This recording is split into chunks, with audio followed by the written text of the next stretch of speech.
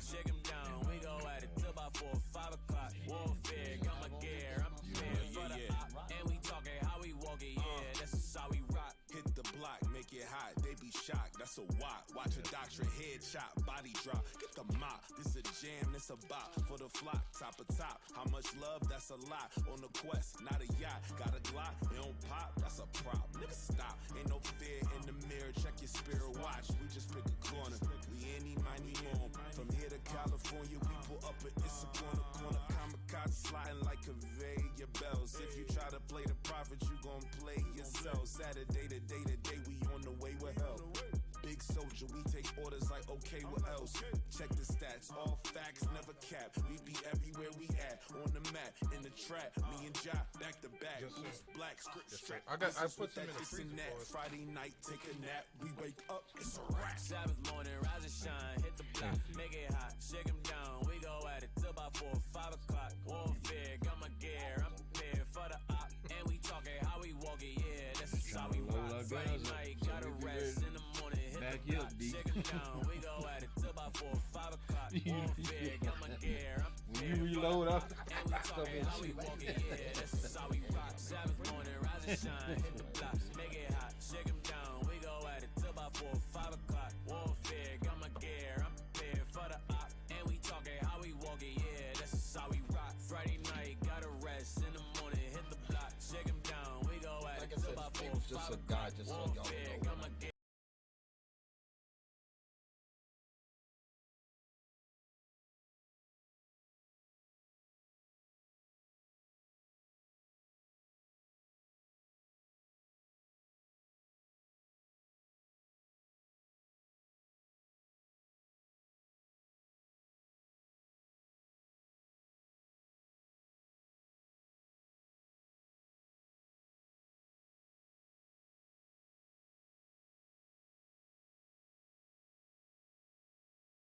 Sell you out for some change. Yeah. They go crazy for that money, they the range. Hey, Lord forgive them, cause they know now what they do.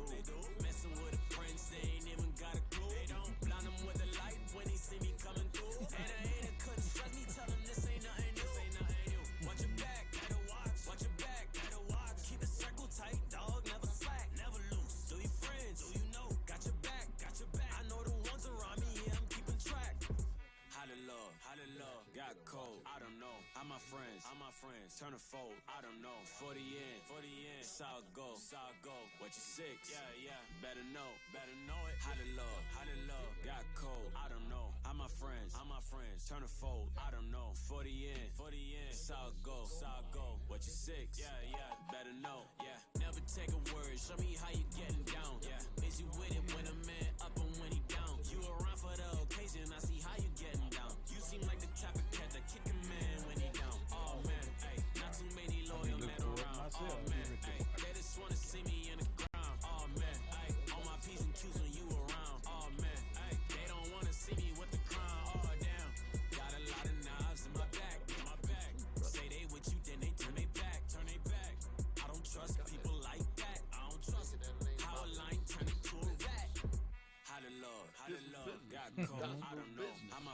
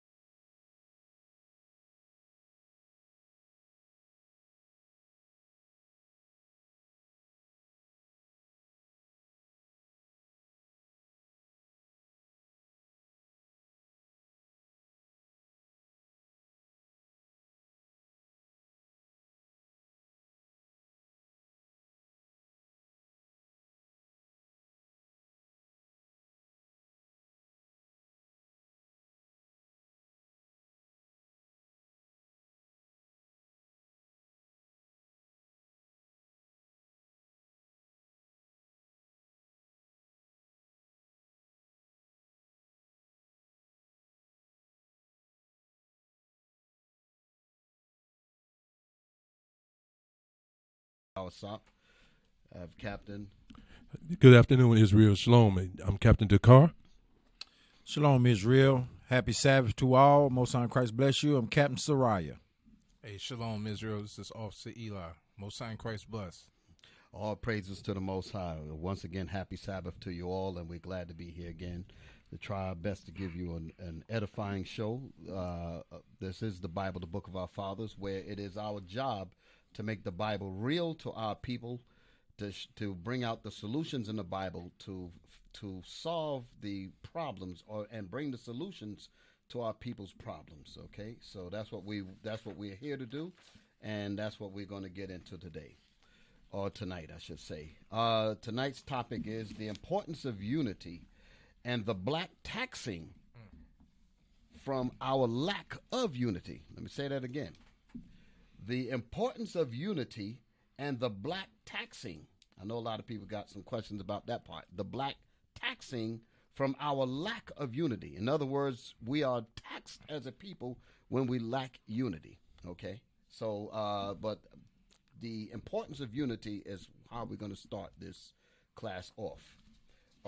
This program off. I'm getting mixed up from teaching our program on the radio. One of the things that we need to be mindful of is that, you know, all of us across this country, all across the world, Right. we experience problems as a collective. I often talk about us as black people and as Hispanics and Native Indians, the Israelites that the Bible speaks of. We have a collective injury. And our injury, meaning that whenever one of us feels the pain in one part of the country, if we know about it, we feel that pain too. That's what I mean by a collective injury. We have a history and a legacy of trauma that links us all together. In other words, like if somebody gets beat down in the street by the police in Wyoming or in New Jersey or Watts or Harlem, wherever we are in this country, we feel that. Right. If there's something that happens to one of us way overseas, you know, we see our brothers catching hell. Like I even hear, like, if there's issues in Russia, some of our people that are in Russia and London and in different places, because they got our people over there. Right. Catching pure hell, just like we all over here. Mm-hmm. And we see the racism. We hear about the racism. We hear about the racist practices that go on among the people. I'll give you an example. There was a video that the bishop had did called "The History of Christmas." The history of Christmas. It goes all the way back, and we bring up about what's that guy's name? Swarte Pete, and all of that, all that information. And the black people there was right. The black people there, when they tell their story about how they are treated, we over here in the States feel that exact same thing. We feel that oppression. We feel that we feel that mistreatment because, again, that's that collective injury. What I want to say about us having that collective injury, the thing that hurts us the most is that we don't have a network that can talk to us all at the same time. And that's the reason why I have this statement written here.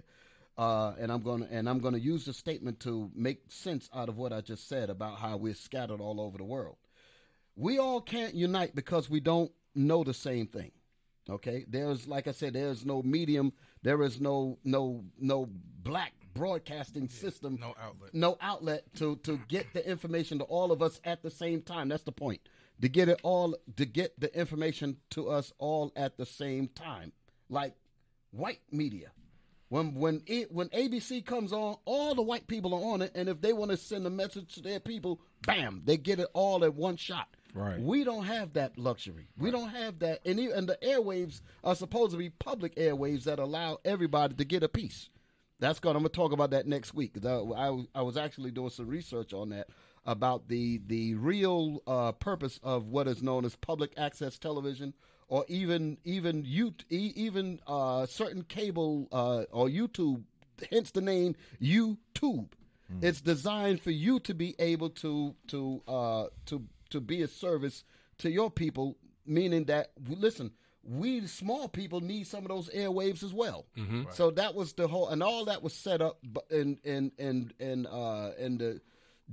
from civil rights era. You know, there's things in the Constitution that guarantees, supposedly, guarantee that the little man also be able to have a voice. A voice, exactly. You know, not just a soapbox. You know, so I have a whole bevy of information that I want to get into on that.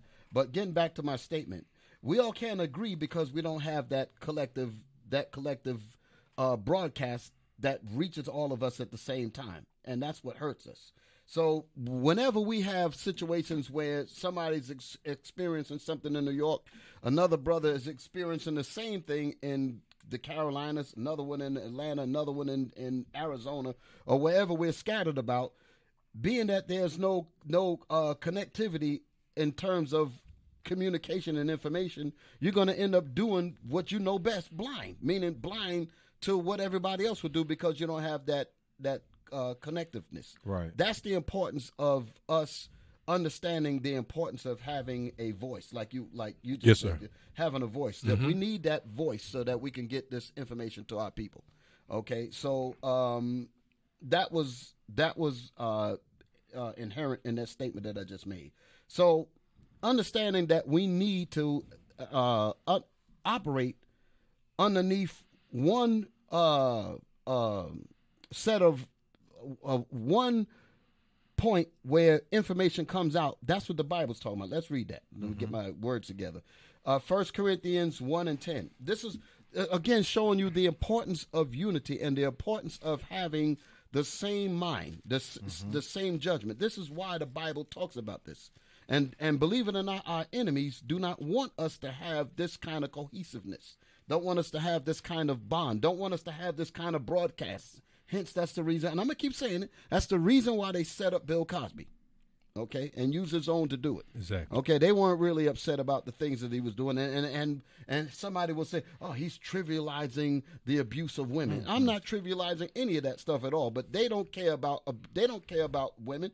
I'm talking about the people that sacked him. They don't care about women. What they wanted to do was to get him so that he would not encourage other people to go after broadcasting, because that could be used to really rectify the problems of what I talked about when you got brothers and sisters separated all over the planet Earth, operating blind because there's no connectivity in terms of information coming out. Okay, which is and from what I understand is brother, what's his name? Byron Allen.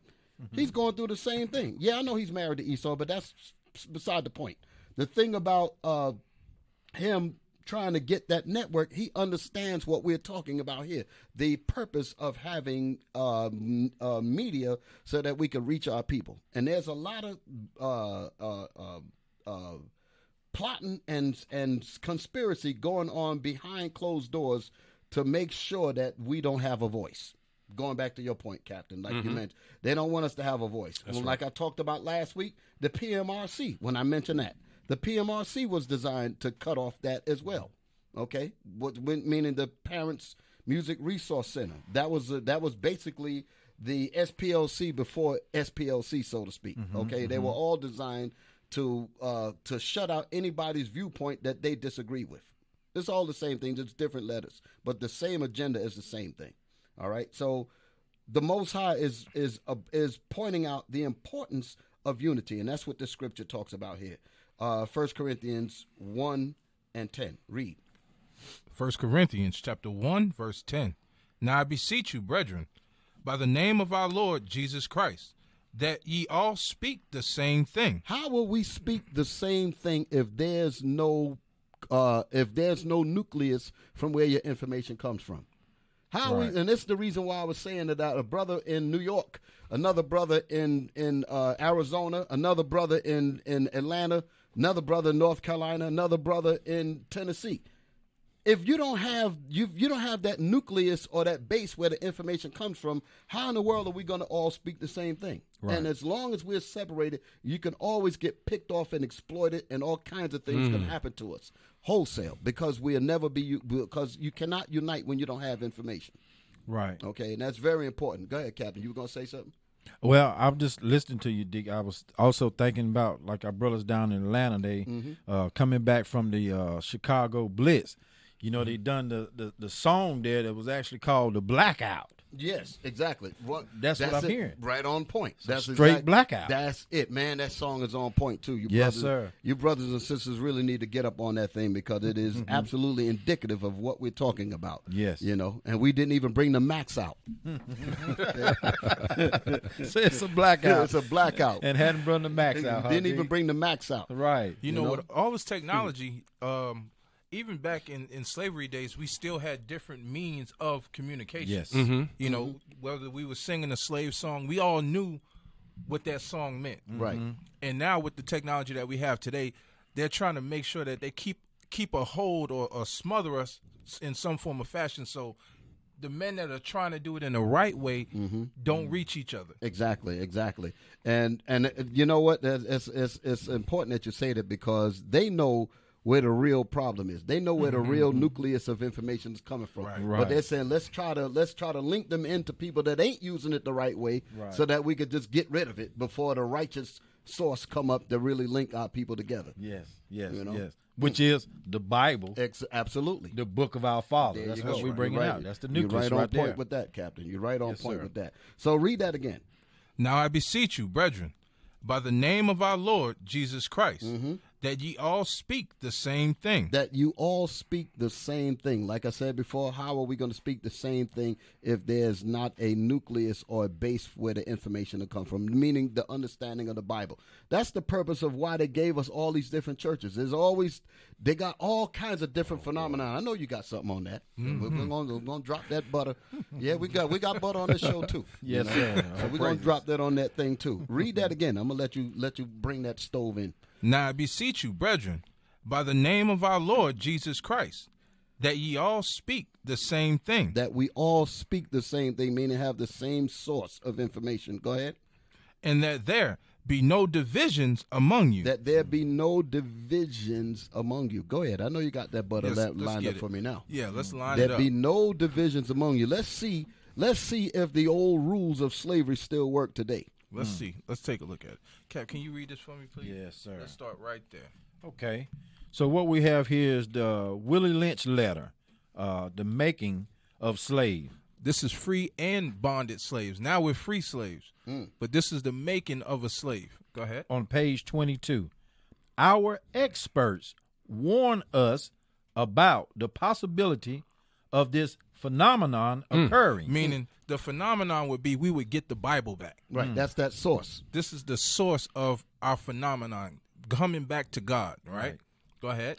For they say that the mind has a strong drive to correct and recorrect itself over a period of time Go ahead. if it can touch some substantial original historical base. Y'all heard that? So soon as we would come back to this Bible, we could touch a piece of our history in the Bible.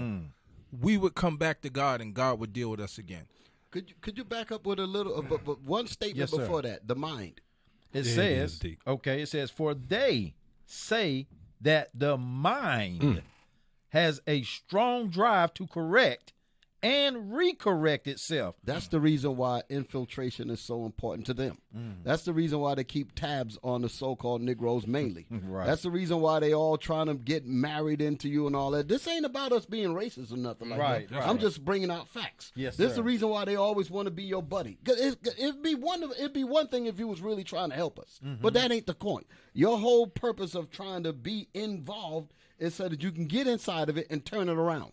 Right. So the reason why they have to be involved is because if they leave us alone, just like what that man is saying, Yes. our mind is going to always look for a solution to get out of the problems. And they knew this back then. They said our experts, meaning they already had economists back then saying, hey, that product right there, this is the best way to keep that product moving and working for you. Go ahead. I'm going to read it again. So it says, Read it again. our experts warn us about the possibility of this phenomenon occurring. That's the think tanks. Even back then, they had the think tanks. They said, let's sit down and let's understand, how can we keep these slaves in order? So Willie Lynch had to come over there and give them a seminar on how to keep a slave in order. Go ahead. For they say that the mind has a strong drive to correct and recorrect itself over a period of time if it can touch some substantial, original historical base. That's why they muddy the water when it comes to our history. They just say, well, you came off the west coast of Africa. Well, what happened? Where was we before then? That's a good question. Our people have not touched the essence of who we are since we got over here. Right. There's a little bit more in that, Cap. Okay. There's a little bit more in that. Okay. Let's see. Page 22. Read on down. Yep, read on down. And they advise us that the best way to deal with this phenomenon, The Bible, is to shave off the brute mental history and create a multiplicity of phenomenon or illusions. So they gave us Mormon, they gave us Baptist, they gave us all these different denominations, Catholic, Egyptology, all these different doctrines and idols that they worship was to muddy the water for us not to come back to our nationality and who we are. That's why when you open up the same Bible that they look at, they say, well, what Bible you reading? Is that the King? That's the King James Bible? Right. I'm telling you. That part that you just read there goes exactly with the scripture that we just read. It said, and that there be no divisions among you. Those divisions are that multiplicity of phenomena, that multiplicity of Baptist this and Methodist that and Islam this and Christianity that. That's what all that stuff confuses us, and that causes us division. That's the reason why we can't get together, like in the statement that I made earlier, because you're going to just operate blind because you don't have that nucleus of that information coming straight from the source that gets all of us on one accord. Yeah. And that's outside of skin complexion. Go ahead, Cap. Well, no, Deke was right, because you have to have that one voice. You have to have a voice, because if you have that one voice, we are able to speak the same thing like the scripture is saying. Then there's no division among us. It won't be no division among us because we're saying what it is that we all need to hear. That'll be the catalyst for us all to be able to hear it at one time. That's what Dick was touching on earlier. And that's why it can't just be your skin complexion. No. Because they want to come together because they say, well, we're all black. But, that's fine. But what are we going to be governed by? Right. We got to be governed by something. We got to have some type of historical, like Dick been saying, some nucleus outside of what your skin complexion is, because then that categorizes something as, well, y'all are being racist. Right. We got the nucleus is the Bible, the book of our fathers. That's right. That's right. Read that again in Corinthians. Let's finish that statement. 1 Corinthians chapter 1, verse 10. Now I beseech you, brethren, by the name of our Lord Jesus Christ. That is the source, Jesus Christ, our Lord. Go ahead. That ye all speak the same thing. That we all speak the same thing in the blood of Jesus. Go ahead. And that there be no divisions among you. That there be no divisions among you in the blood of Jesus. Go ahead. But that ye be perfectly joined together. That you be perfectly joined together with the information and the commandments from the blood of Jesus. Go ahead. In the same, perfectly joined together. In the same mind. In the same mind. How are we going to have the same mind? That means we all have to be coming from the same source. That's what that's talking about. You can't be Baptist, can't be Muslim, can't be Christian, can't be this, can't be that. We all have to be what the Most High said we are. We are the Israelites. And our nucleus is the Bible, which is the words of Christ. Go ahead. Exactly. In the same mind and in the same judgment. I mean, we all have to see the Bible the same way. We all supposed to understand how to judge according to the Bible the same way. How are we going to come to that understanding if we don't all come back to the Bible, which is the book of our fathers? That's what the importance of understanding how important unity is. Without that, we are not unified. And when you're not unified, that's a divide and conquer type of situation, and we will never, ever rise above anything. We'll have continual situations of murder, of robbery, of rape, everything. All kinds of things happen, And there's a lot of ugliness that's going on with our nation. A segment of this program, we want to also talk about our daughters that are going missing. We got people that are just getting snatched up. All that information. If we learn how to really be a unified people, a lot of that stuff can get cut down, cut down seriously, because we will all make sure that we raise our daughters properly so they don't be in situations where they could get snatched up. Here you got one group talking about it's okay for her to just go and just be anywhere. And another group saying, no, I'm keeping my daughter in, watching over her. You understand? If we understood that the instructions in the Bible is our nucleus, we will cut down a lot of damn near 100% of the craziness that's going on in our community. Right. Oh, praise it. So, Psalms 133. Psalms 133 and verse 1. Okay. Again, the importance of unity and understanding how we have to get to a point where we have to expect to be united. Okay. The Bible talks about that. The Bible talks and makes a specific point about the importance of unity. Read. First, Psalms 133, verse 1.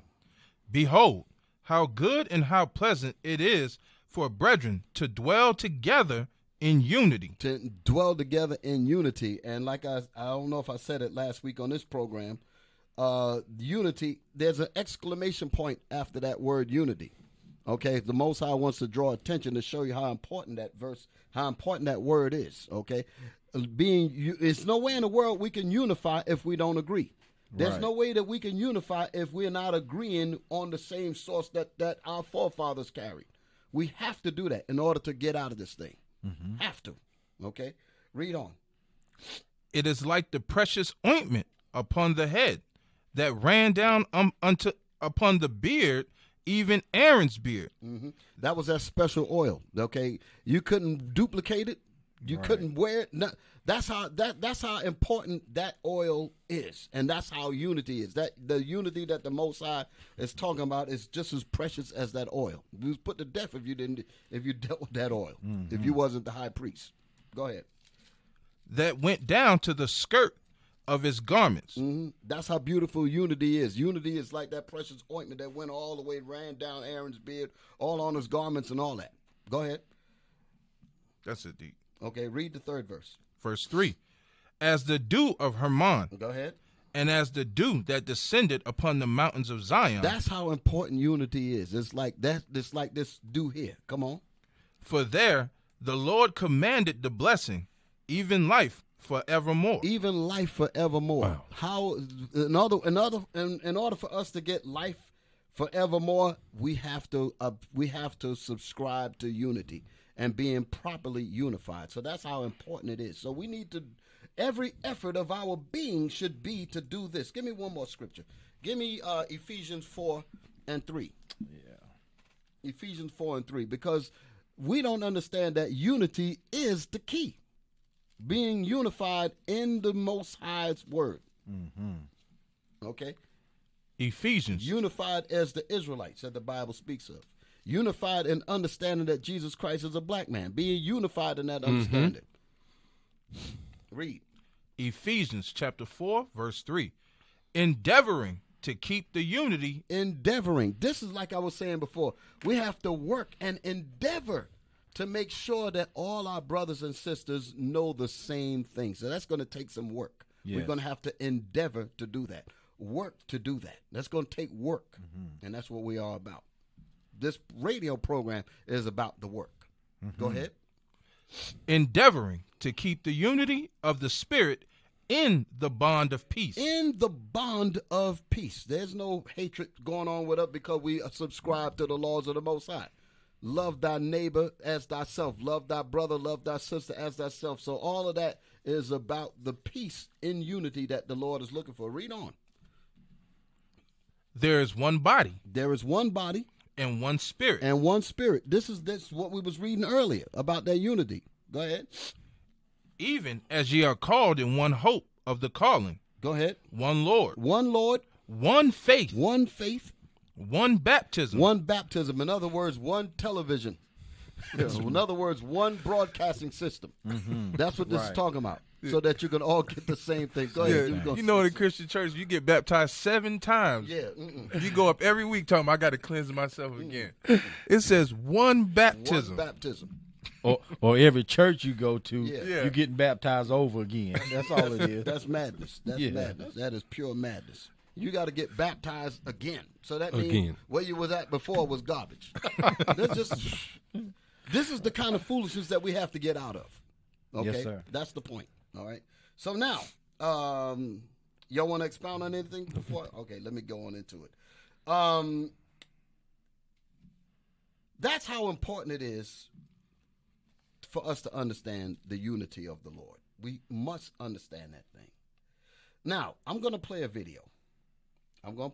Give me my video about that video with about the Jasper, Texas. Not the thing with the brothers being dragged. I wanted to get that about the new Black Panther Party. I just have to say it, okay? And this is what you might notice here is that a lot of us, like I said, we operate blind, and we do things because we're frustrated because we're not getting the justice that we expect to get. So we just do things and hoping that we'll get the right result. But you're not going to get the right result because we're not operating the way the Most High told us to operate. So the first thing that I will say before we play this video is no. Now, I don't know why I'm saying no. I'm saying no because inside this video, when you see this is the new Panther Party, so you can understand it. I don't know what that. You had the Panthers from the 60s, okay? Right. That got destroyed by J. Edgar Hoover and the COINTEL program and all that. And then you had a new group of Panthers that come along under, I believe, Khalid Muhammad. I believe he was I don't really know for sure, but I think they're based down there in Jasper, Texas somewhere. I don't know if they got bases in other areas, but my point is that they out of the frustration about what happened to James Byrd, they went and protested against the officials of the city, and they were carrying weapons. Now, that's the reason why I said no. We don't advocate that. We don't tell people to do that because you're not going to win. The man got all the guns, got all the bullets. Who's manufacturing the bullets?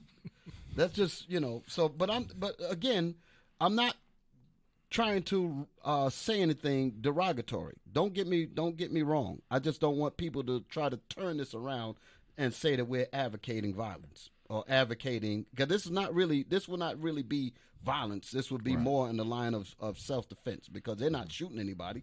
They're there in case some madness pop off and they can take care of themselves.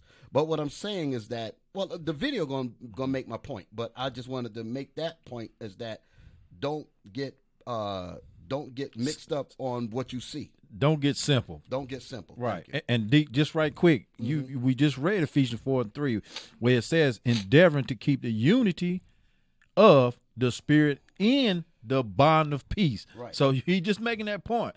We ain't telling nobody to go out there and take arms up and be foolish to be simple. We talking about keeping the bonds of peace. And I'm going to explain that too, because this is not because somebody be like, oh, what do you expect to do? Just get hit upside the head with watermelons and all that? We don't believe that. You fight with us, we'll fight with you back. That we don't believe in that mess. Right. That turn the other cheek is for your brothers, not dealing with your enemies. So let us not get it twisted. But can we make sure to give them 2 Corinthians 10 deep? Yeah. So they do understand that, we know what our weapon is, and our weapon is the Bible. Yes, read that. 2 Corinthians chapter 10, verse 4. For the weapons of our warfare are not carnal. All right. All praises. Oh, Come on. But mighty through God to the pulling down of strongholds. You cannot pull down strongholds if you're not united. That's our biggest weapon. Our biggest weapon is unity. And that's the reason why that's taken away from us. Think about when countries go to war. Whenever the United States sends their military overseas to overthrow another country, the first thing they do is knock out their communication system. Right. That's the first thing they do in military. You military men, you understand what I'm talking about. The first thing they do is take over the radio station. They take over the communication, the TV station. That's the first thing they do is knock that out so that the people have no base on how to fight against a tyrant that's coming into their land. Right. Okay. So go ahead, read that again. For the weapons of our warfare are not carnal. Go ahead. But mighty through God to the pulling down of strongholds. We cannot pull down the strongholds that's destroying our people without unity. Okay? What I mean by that, one of the strongholds that's messing our people up is a they painting in their mind of a white Christ. Okay, that's a stronghold, meaning our people are strongly held on to that. Another stronghold is celebrating so-called Thanksgiving and Christmas. That is a stronghold. But how do we pull that down? By uniting and following the words of God, where it says, learn not the ways of the nations. That's a law. If we understood that all the way around and was connected to that understanding, the problems that we have today would be damn near over with overnight. Because the minute they come through on Turkey Day and all of the turkeys are still in the doggone supermarket freezers. Right. You understand? Purdue didn't sell nothing. Right. Butterball didn't sell nothing. They'd be, man, shoot. They won't drag another man. All that. A lot of this foolishness is happening will end because they say these people are united and they're not going for it no more. Exactly. That's like that video where the Asian beat the sister in the store. And then they had the brothers that were protesting in front of the store, and the sisters are walking right by the brothers. There you go. To go and purchase out of the same store that they're sitting over there. The men are standing up for you, and you say, "Hey, I'm going to get that deal. That's 50% off on that fake hair." Right. Exactly. Or nails. I know where you at. Or a chicken sandwich. Oh Lord. The reason, now, I got to throw the chicken sandwich out there. I know it ain't over yet. No, just a few days ago. They just dropped it in the grease, huh? Right. But dig what I'm about to say. Bring it out, Deacon. A few days ago, in time, basically. Yes, this sir. happened about a month ago, but I'm gonna call it a few days ago. You just had a black man that was sitting in his own house, in his own apartment, watching his own TV, eating his own ice cream with money that he paid for. I mean, money that he used, that he bought the ice cream and bought the TV that he was watching with the job that he worked. He was an accountant.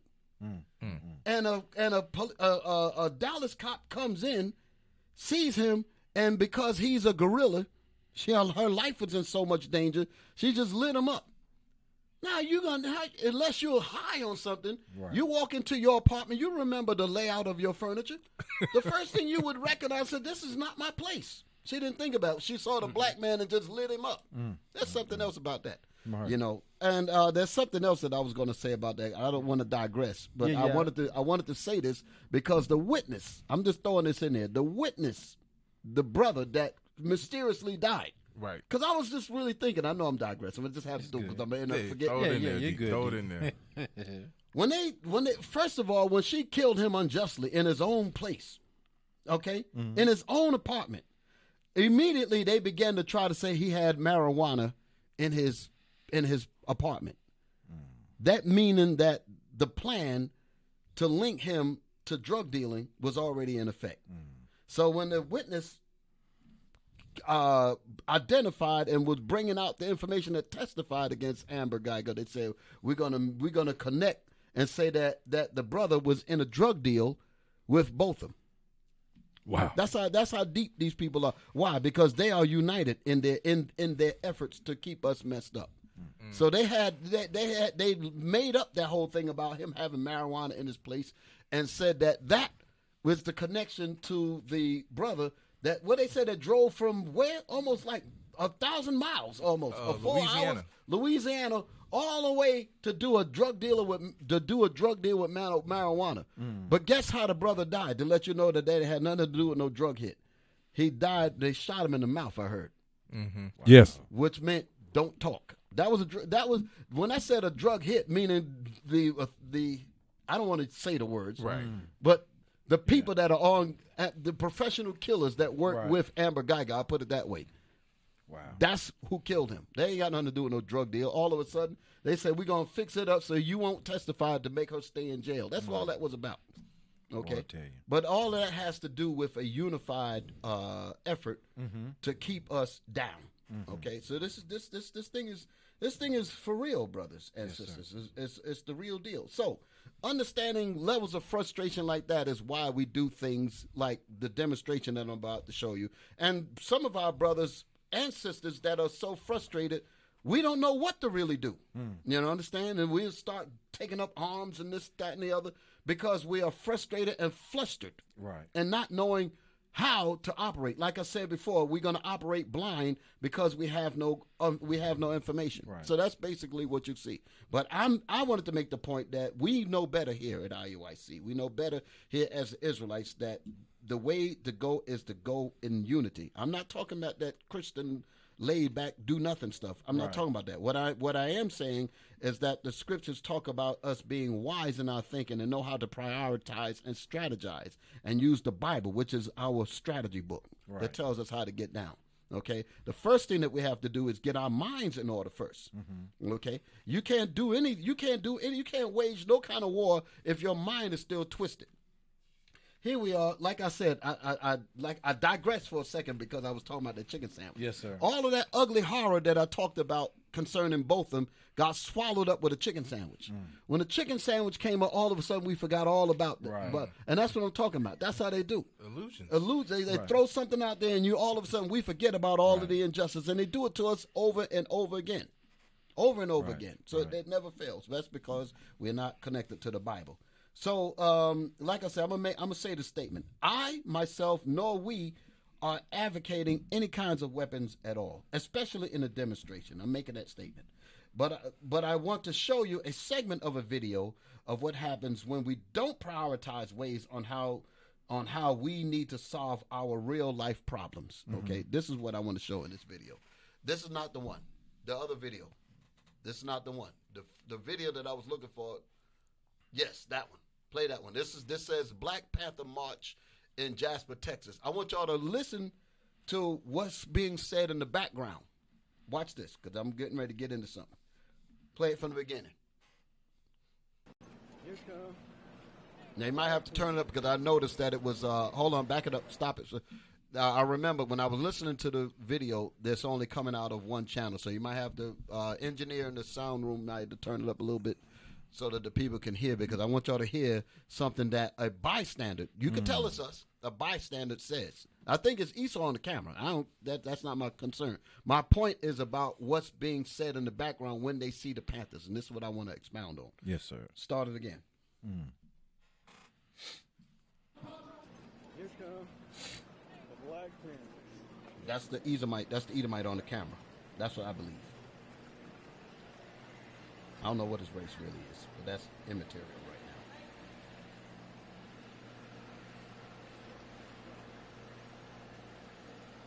That's Khalid, right? Yeah, Khalid Muhammad. That's what I was talking about earlier. Okay.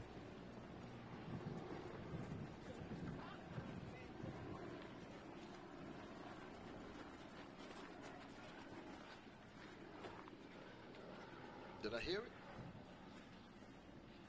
I heard the guy say, "Here come the Black Panthers." No, not that That's part. not that. No, back it up again. Back it up again. Move, we're gonna go in the war. Oh, there it is. I think it's right there. That's it. That's the point right there. Back it up the again, D. Right there. That was the part. I'm up there running my mouth, and here it came. Let's rewind that. Yeah, just right there. Listen. Excuse me, move, we're gonna go in the war, bro. Ain't no plan today. They said the brothers, hold it, pause it. That was it. Stop right there. The black people, unorganized. They seeing and they see that the brothers, the Panthers going in, and they said brothers are ready to go to war today. And what did he say? They ain't playing. They ain't playing. Right. That's typical black folk. That's typical black folk. Now, a lot of people don't understand why I'm saying this, but I'm going to elaborate on it as the show go on. I'm about to get into it. Let's see. Give me Ecclesiastes. Oh, you were going to say something? Well, I was just you was speaking about unifying. You spoke about the Black Panthers, and it's the same thing really going on today. Deacon, when you bring up, you brought up COINTELPRO, but today we got it's the BBC, it's the SPLC. You know, it's the same thing over again. But I was reading here, I'm just bringing this out as you finding your point. It's an article here saying that the intended effects during the time that the Black Panthers was prevalent back in those days. I'm going to read it just right quick. Just to show you the very opposite of the unity that we're talking about. It said the intended effect of the FBI's COINTELPRO was to expose, disrupt, misdirect, or otherwise neutralize groups that the FBI officials believe were subversive by instructing FBI field operatives. Okay, watch this. Created negative public image for target groups by surveilling activists and then releasing negative personal information to the public. We see that. Right. We see that going on today. Okay. Right. Now, let me make a point about that, because what you're reading there, this Panther Party there is not what we Not the read. same Right. one. No, not at all. Right. This is the one back right, in the 1960s, right, exactly. And the distinction that I want to make with that is that they were well organized. Yes, sir. There was a real level. They didn't have the scriptures. They were much more well organized back then. Today is, I don't know what to really say about it. Okay, because and again, it's not me trying to say anything negative or anything like that, but it's not what it used to be. Meaning that it was well organized back in the days. They just didn't have the scriptures, and what's wrong with our people today is that we don't have the proper nucleus of information. But because of that, we are going blind and doing things like what you see here. Yes, sir. I applaud my brothers, any of our people that's trying to strike a blow for freedom and justice. So, like I said, don't get it twisted and don't get it wrong. But we have to be effective in what we do. Okay. What basically, like, the reason why I wanted to pause on this is because you hear the brothers like, ain't no stopping us today, and all that. And there's a video that I want to get into by Tom Burrell. He makes the point on how we always like, listen, we're waiting for someone to do something for us. But what the same brothers that's saying it's going to be war, it's going to be this and that, what change did they make in their lives? You understand? We're ready to always push somebody out in the forefront to try to deal with these terrible things, but meanwhile, we'll still fight over a chicken sandwich, that kind of thing. And this is the reason why all of our leaders get knocked off, because there's no backing behind them. There's no unity, none of that. Right. You understand? Right. And that's the point that I'm making. Right. So what I wanted to say, jump to in that video, in the same video. in the same video. Okay. Go to 50 seconds. Go to 50 seconds. No. We read that. We went to 50 seconds. Jump to 7 minutes and 20 seconds. Okay. Now, like I said, the problem that I have with the statement that was said, is this is what it says. The statement that the brother's saying ain't no, we're not playing today and all that. And again, we're definitely, I'm sensitive. We're all sensitive to the brothers that's taking a step to go out there to doing those things, to try to do things to help us. But what I'm saying is that our people that's supposed to be supporting us, there's no real support when you just stand in the sidelines and cheer, but then go back home and kill each other over a chicken sandwich. That's my point. Right. Okay. If we're really going to be behind our people, try to get behind our people in righteousness. Because that's what we really need to do. Not do things like this here that's going to get our brothers killed. Like I said, let me just read this so I can get my thought together. The problem that I have with the statement is that it says that I will wait for the results. I will wait for the results that I need. In other words, I need real results in terms of justice and equity and things like this. I need that, but I don't want to do anything for it.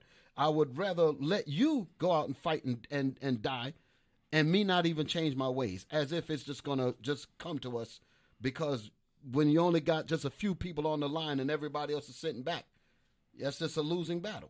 Okay. Let me read this here. It says, what that statement says is that I will simply wait for the results that I need, rather than organizing together to solve our own problems, which actually lends to tragedies like James Byrd or even Botham Jean. That's the point that I'm making there. Now, go to 7 minutes and 20 seconds. Yeah. Listen to this part. This is the reason why I had to make this statement about we're not advocating weapons and things like this. I want y'all to pay attention to what's going to, just pay attention to this piece here. You're going to hear something. Both sides, that's all I see is black and white, man. That's right, all they see is they're called colorblind. And this is the frustration of when you're operating blind. That's the point that I'm making. Pause it. Let me make that statement. This is the frustration when you're trying to go to war for your people. You're trying to stand up for your people. But if your instincts are not clean and strong, in other words, if you don't have a real source of a solution, you'll be in the middle of trying to do something, and you're conflicted because you might make you don't really have the real program to really outline and prioritize how we get out of this thing. Okay, play on. That's all I see is black and white, man. That's right. All they see is they're called colorblind.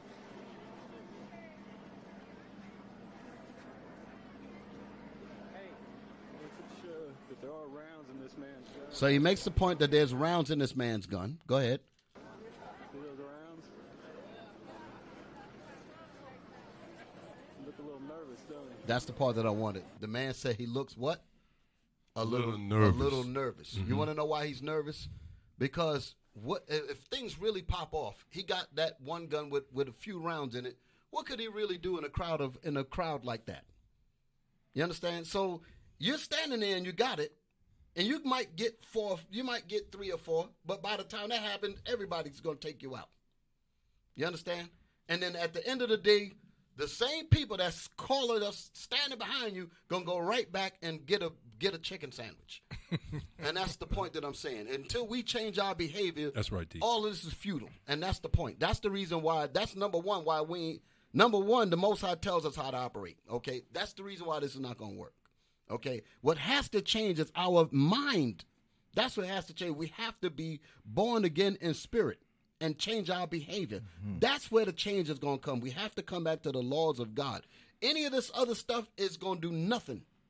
Even though it look impressive, yeah, the brothers out there strong, blah, blah, blah. A lot of people talk that way and went out there and got killed, and black people went right back to a chicken sandwich. So that's the point that I'm making. And the nervousness in the brother, you're really thinking, I got this real live weapon in my hand. If Ish go down, what am I going to do? Or is it just for show? Right. These are questions. These are what's going through his mind. You understand? If you work corrections, if you worked in any kind of facility where you was outnumbered, like you got like 50 inmates to you ain't carrying no gun in there. We couldn't bring any, when I worked in certain things, we could not bring any kind of weapons on those units. Because they could take that stuff from you and tear you up. Yeah, you're outnumbered. You're outnumbered, straight up. So you have to have your unity game together. Right. That's my point. And we don't have that. Because out of frustration, we move in haste. And we're reactive instead of proactive. That's the word that I wanted to throw in there. We are reacting to something that has happened to us. Right. And the thing that happened to us was a proactive attack. They didn't react to us. They proactively planned, united, and brought forth terror, and we simply reacted to it. That's my point. So none of this stuff works. That's my point. So I hope y'all got I hope I didn't confuse any of y'all. I hope y'all got the point of what I was trying to make. Okay, go ahead. I do want to bring, was you going to say something else? No, sir.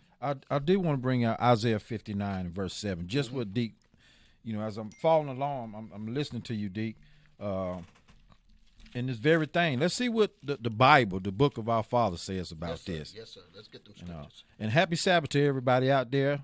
We're glad to have you this evening. So just listen up. Get your pads and your pencils, and we got the medicine for you right here. It's right here in this Bible. Get ready for the next video, brother. Yes, the one on the Jasper, the other one that you was showing earlier. So give me Isaiah 59 and verse 7. Isaiah chapter 59, verse 7. Their feet run to evil. That's what a lot of our people do. Run into a chicken sandwich, But read on. And they make haste to shed innocent blood. There it again. We make haste. We're not unified. We're not organized, but we'll make haste to go shed innocent blood. Read on.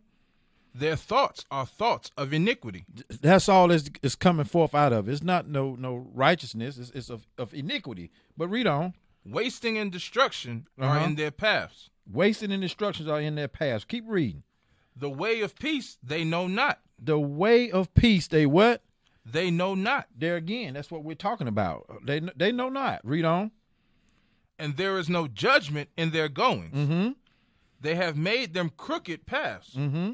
Whosoever goeth therein shall not know peace. They don't know peace. That's what Deke was bringing out. They acting out in haste. There ain't no peace there, but read on. Therefore is judgment far from us. Right. Neither doeth justice overtake us. Mm-hmm.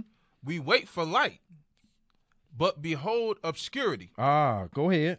For brightness, but we walk in darkness. But we walk in what? We walk in darkness. We walk in darkness. One last one, verse 10. We grope for the wall like the blind. That's what we are out here when we're not unified, okay? We're groping like blind men, okay? Read on. And we grope as if we had no eyes. Uh-huh. We stumble at noonday. We stumble at noonday. That's when usually the brightest of the day is during noonday, am I right? Mm-hmm. Read on. As in the night. As if we in the night. Go ahead. We are in desolate places as dead men. As dead men. Right. Not unified. We are walking as dead men. And I just want to bring that point out, Deke. Exactly. And going back, like I was saying earlier, these intended effects, we do a lot of them on our own. We make it easy for our enemies to overtake us and use use us not unifying as a people together. We're easily deterred and destroyed our own self. Right. Okay. But I was reading earlier about the COINTELPRO was to create a negative public image. Okay. Exactly. Break down the eternal organization. Okay. Or break up the unity. There it is. Yes. That's the word I'm looking for. Create dissension between groups by spreading rumors. Restrict access to public resources by pursuing nonprofit organizations to cut off funding or material support. Okay, like this right here, this Bible, the book of our fathers. Okay, and one last thing: restrict the ability to organize protests. Okay, Exactly. So now what I want to do is I want to go to this video here because Jasper, Texas seemed to have, I don't know if this was in Jasper, but it's Texas. Yeah, that was again. Jasper. And as it said, again, they're making a distinction. They said the new Black Panthers. And again, I don't want anybody to I think I have to say this because I have I have respect for our people that try to do anything, even when they operate blind. You understand? Because we're trying to resolve our problems. The sad thing is that when we operate without the proper information, it's a futile cause, and that's where the troubling comes in with me. So here again we have our brothers. They clash with Texas state troopers, who are completely organized. That's the point there. At Alfred Wright's protest, and pardon me because I had to look this situation up. This was a murder that happened about 5 years ago. 5 years, about 5 years ago, somewhere around that time. And this was a brother, from what I understand, because again, I'm just getting my facts about it. This was a brother that was dealing with a white woman. They don't play that in certain states, and they killed him. Okay, so and the people were again were trying to organize to get justice about this man's killing. So that's what this is about. Go ahead and play that thing. I only want little bits of it. I don't want much.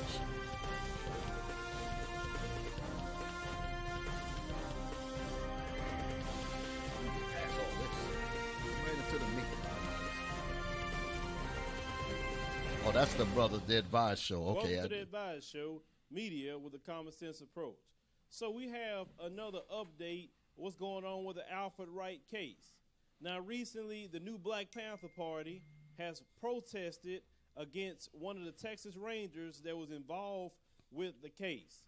And they went down there to his actual office, and they was going to go see him, wanting him to come outside, but they got into it with other state troopers here in Texas. Let me go ahead and roll the clip. Now, hold it. We ain't got to play much more of this. We go down there to try to get the sheriff to come outside. What are we going to do to him? You see what I'm saying? All of this is sensationalism and TV. And I'm not saying that we're looking to do anything, but I mean, what is the purpose of that? You going to think you're going to get this man to talk? Because they said that this is word around in that situation, they're saying that the sheriff has something to do with this man's disappearance, some connection to it. So they said, well, we want to deal with you. So what they going to do, get him outside and talk him to death? They damn sure ain't going to shoot him.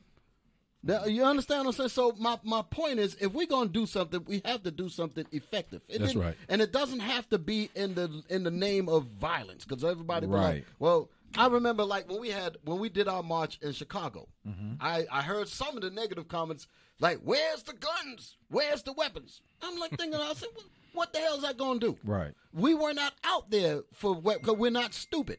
Our whole point was to show our brothers and sisters that we could be disciplined and organized. That's unity. the point. In unity, that was the purpose of our march. To show, just like what the scriptures say, and then that's what the nations are afraid of. Thank you. That thing there, what we didn't Right. no weapons at all. You understand? Right. I ain't saying that we're crazy now. We're licensed to arm. We're going to have our stuff on us, but it ain't going to be no foolishness like this here. So my point is that the unity and the discipline that it took to organize and be out there like that showed the whole planet Earth that we can be unified, we can be in order, and we can be people that come together in righteousness under the unity of one Lord, one Spirit, one gospel. That was the purpose of that, and that scared the hell out of everybody. Yes. That's what shook everybody up. Not going out there with some weapons. That's the reason Right. why I'm saying it, because somebody might be saying, "Oh, they just talking that way because they just don't want." No, I'm telling you what's effective. That's not effective. I'm gonna read what's effective. But our people choose to choose the irrational way out because they feel like, because our people don't want to really put the real emphasis where it should be put at. You want to know where the real emphasis need to be put at? On our own selves. To discipline our own selves. That's the real challenge. We've been made to be undisciplined, unorganized, Right. and out of order. We need to get that order back. We need to understand that is the key. If we're all unified and all understand unity properly, we can solve our problems, brothers and sisters. How in the world are you going to think about solving a problem with a weapon and your mind is still messed up? That ain't no salvation at all. You ain't solving nothing. The only thing you're going to do is end up getting shot, put to death, and end up in jail. The ones of us that survive. And then they go buy a chicken sandwich. And then they go buy a chicken sandwich and forget all about all the work that you went out there and bled and died. Okay, so don't misinterpret my statements about this for insensitivity to our brothers. I pray that our brothers can really understand that the real fight is from within. That's what I want to understand. That's what I want our people to understand. Let me read something. When you're not organized with a clear program, meaning coming out of the Bible, in the unity that the Bible is telling us to be, you and we, because if we're involved in that, we become reactive instead of proactive. We act out of frustration and being flustered, meaning just start reacting and there's no finesse, there's no discipline, there's no order, there's no structure, nothing in your reaction because someone just pressed your button and you just pop off. No, that's not how the Lord is dealing. Okay, many of our people think that what was done by those brothers, the New Panthers down there in Jasper, Texas, they thought that was effective. It ain't effective, not effective at all. Our people are still more crazy now than they were back during the 60s. They ain't changed. We're much worse off now than ever. Okay, so it damn sure didn't make any difference. Okay, however, if you want something to be effective, listen to what I'm about to say. Effectiveness is when we show love for one another in the true meaning of what the Gospels say, of what the Scriptures say. When we show love to one another and don't suffer sin upon one another, and we change our behavior and how we act towards another, and what that does is that we begin to see a value in each other. I value you now. I don't see your I don't see a chicken sandwich is worth your life. Right. That's crazy as hell. We don't supposed to think like that. I'm supposed to love and understand and want to build with my brothers and want my brothers to work with me. If we did all of that on a unified effort, when one of our brothers get mistreated, guess what happens? Come Christmas, ain't none of us buying nothing. Oh, you get some results then. Come Thanksgiving, all the turkeys rot. You understand? All that, and that's against the laws to be dealing with that stuff anyway. So if we were unified and following God's commandments when he says for us not to learn the way of the nations and follow their customs and all that. Right. When we obeyed that, we got God on our side. Right. And then at the same time, we can actually turn it up when one of us get abused. Think about all the money we would save. Exactly. You can If we go ahead, man. 'Cause that's all the that. money that we would save if we as a people, that's blacks, we didn't spend any money on Christmas, and then we took that money and then we came together like they a lot of people say they want to do. Right. Well, sacrifice Christmas then. There you go. Right. That's the word. Sacrifice takes discipline. Right. Sacrifice means putting your lusts and your wants in check. We don't want to do that. Right. We crave. The hell with Right. that nigga. The hell with this and that. I'm going to get that chicken sandwich. I'm going to break. I'm just, the hell, all of y'all can stay. I'm going and give them niggas some more of my money. Like they say, I'm going to give them Koreans some more of my money. Talking about the best sales is on Black Friday. Right. You get sales all year Come long. on now. I'm telling you, Cap. So I make that point because I want to move on in this lesson, but I wanted to make the point is that when we operate as a unified body and we buy nothing on these events, like for instance, the NBA, here's another example. Right. Colin Kaepernick took a knee and his whole career was upside down for black people. When that happened, black people should have not went to not another game, period. The hell is this? That's what the Shoulda enemy never feared. Yeah, exactly. We should not have went to nothing. The stand should have been Shut empty. it down. Shut it down. TV ratings go Okay. down. Now they I know they can mess with the players because they got them on contract and all that. Yeah, Let yeah. let them go ahead and play, but none of us going. None of them. The stands would be empty. None but white folks. None of us would be there. Right. That's if we really was behind it. Because basically, what the brothers. This is the reason why I said I had a problem with the statement that the brothers made when the Panthers went out there with the weapons. Said, "Oh man, we ain't playing now. It's wartime and all of that." That's the same thing that Colin Kaepernick said. Basically, Colin Kaepernick went to war against the whole machinery of the NFL. But nobody said nothing because he wasn't carrying a weapon. What he did was more effective than anything about what we're talking about now. Okay, man, and if black people would have got behind him, Right. you understand? Unified. Unified. Right. Just on that alone. And this is the importance of us being unified in the Bible because the Bible tells us to do this. You don't have to guess. The Bible is the instruction that tell us to unify and to do not do these wicked holidays. Right. Do not be participating in these sports and all of this foolishness. Stay out of that mess. You'll get some respect. Then you would not have to send a spokesman up to say, "Oh, the reason why we ain't spending no money is because black people mad." You won't have to tell them nothing. Their pockets will tell them. The minute the pockets start to flying in the wind, there ain't nothing happening. Them advertisers. Them advertisers is gone. I'm believe telling me, you. They're gonna let you Yes. know. They're gonna like, listen. They're gonna get all that straight. The blueprint was there from Rosa Parks. Exactly. That's the point. That was the blueprint. That was effective.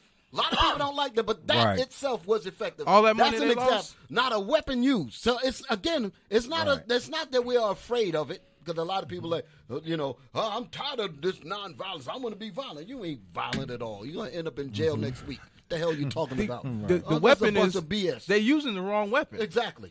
Esau don't care about that. No. He cares about money. Exactly. That's how the you weapon. hurt When him. That's how When you them hurt him. people said we ain't riding on your buses. Right. That set it off. But then they had to be unified enough to make sure Exactly. they got to where they needed to get to Exactly. outside of that system. It wasn't just Exactly. we Exactly. ain't gonna ride that bus no more. Exactly. Okay, so how we gonna get to work? Exactly. I'm gonna take you. Exactly. We was looking out for one Exactly. another. We was looking out for one. That's the Exactly. unity. Yeah. That's what we was doing. That's Right. what we was about. Right. Exactly. And that's the point. Now, so we got all of that straightened out. I hope y'all was able to digest that and your minds are still clear. Now, I want to reflect back on to the Jasper, Texas thing with James Byrd, our brother that was murdered, that was dragged to death. Okay. The ringleader, his name was King something King. He was the ringleader of the three Caucasian white boys, Edomites, that dragged James Byrd to his death.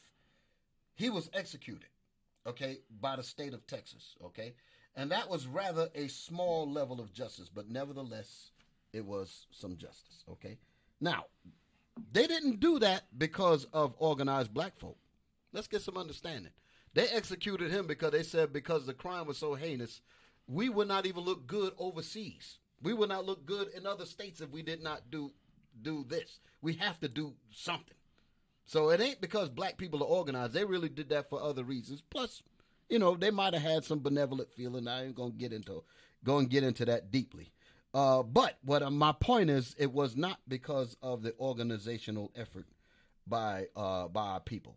But what I will say this here, it was a measure of some justice. Now, I say that to set up my next point.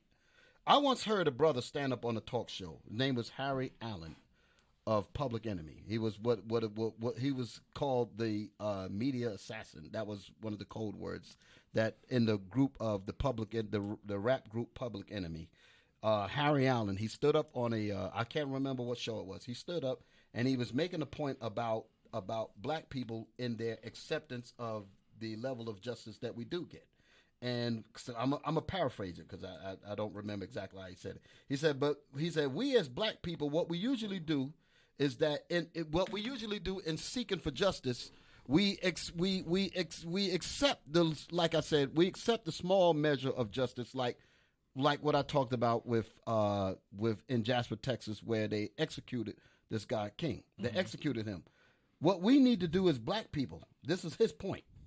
It's not said the way he said it, but this is what he meant.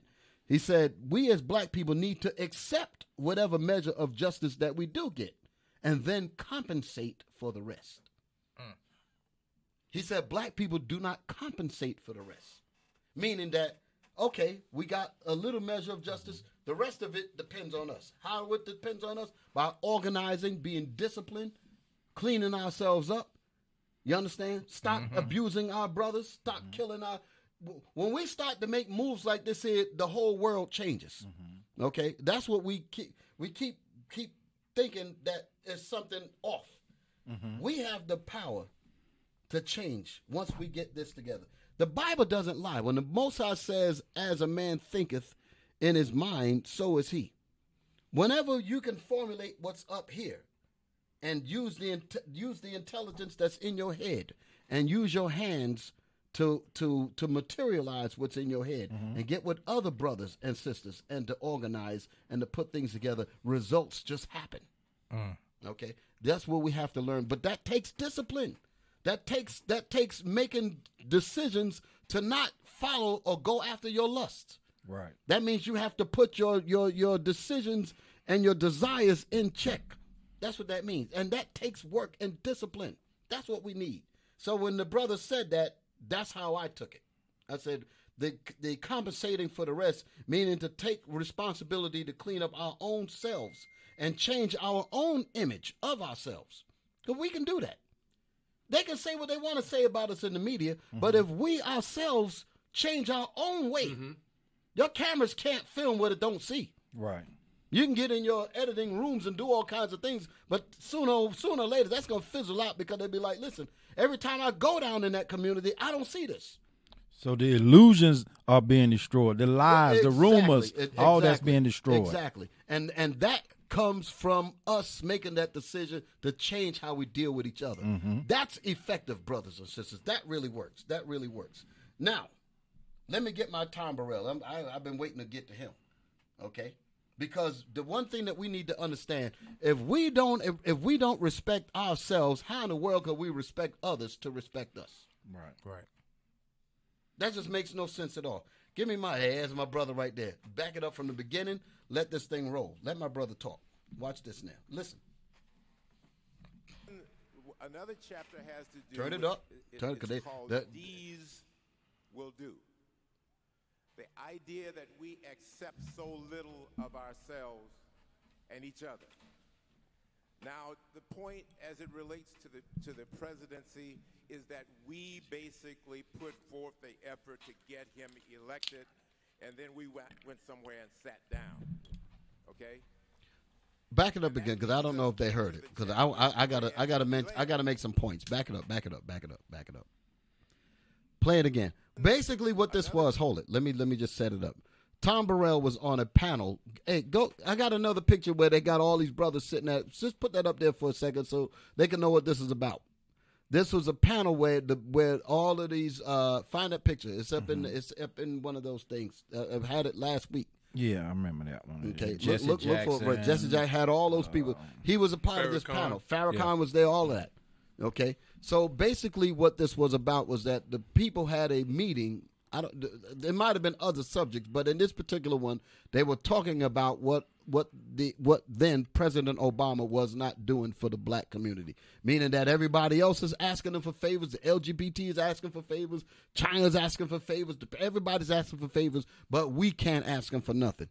So that's the point. And the point that Tom is making, this brother here that's on the screen, he was making the fact is that why is it that we're looking for others on the outside to do what we could do for ourselves? That's the reason why I wanted to play this here, okay? Show that picture. Did you find it? Just put it up there, pop it up there so the people know what I'm talking about.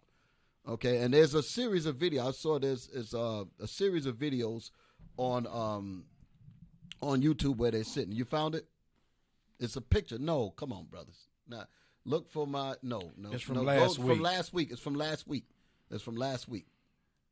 Go to the group me. Go to the group me from last week. Mm-hmm.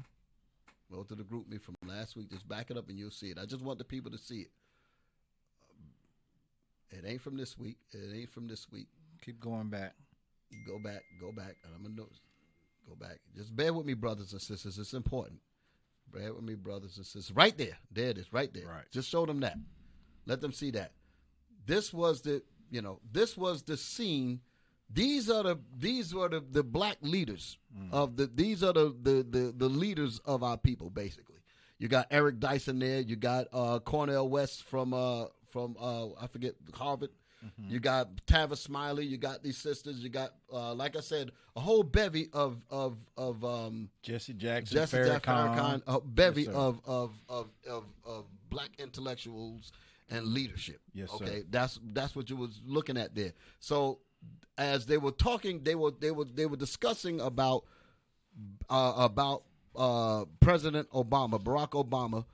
We're not being able to ask him to do for us, okay? And people were complaining about how is it that we're last. We're not getting our due from our president. So that's basically what that was about. It might have been a little bit more or less about what I just said, but that was part of the discussion. So in the midst of all of this, Tom Burrell spoke, and that's what I want to show you here. I hope everybody's with me. Now go back to my brother. Go back to the video with my brother, Tom Burrell, okay? Play it from the beginning.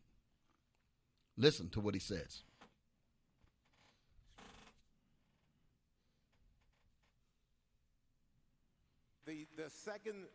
Another chapter has to do with, it's called These Will Do.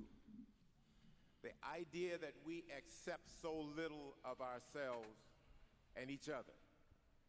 Now, the point as it relates to the presidency is that we basically put forth the effort to get him elected, and then we went somewhere and sat down. Pause it. Okay? Pause it. Stop right there. Let me hold it. Basically, I'm going to take it back to the march that the Panthers went. We put our brothers, go ahead, it's about to be wartime. Their brothers ain't playing in this and that.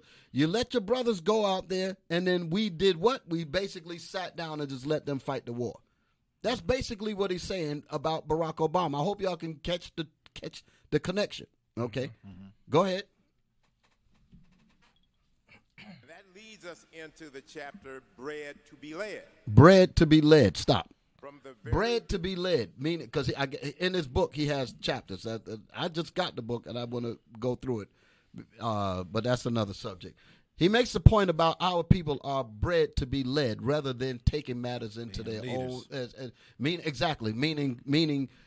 Meaning, look to bring your brick to the table rather than sitting back and waiting for someone to give you this and to do that for you. And that's basically what we do as a people, because we were trained and we were brought up to just sit back and just wait and never do anything to try to help and organize and do for our own selves. And it's an insult when you really think about it.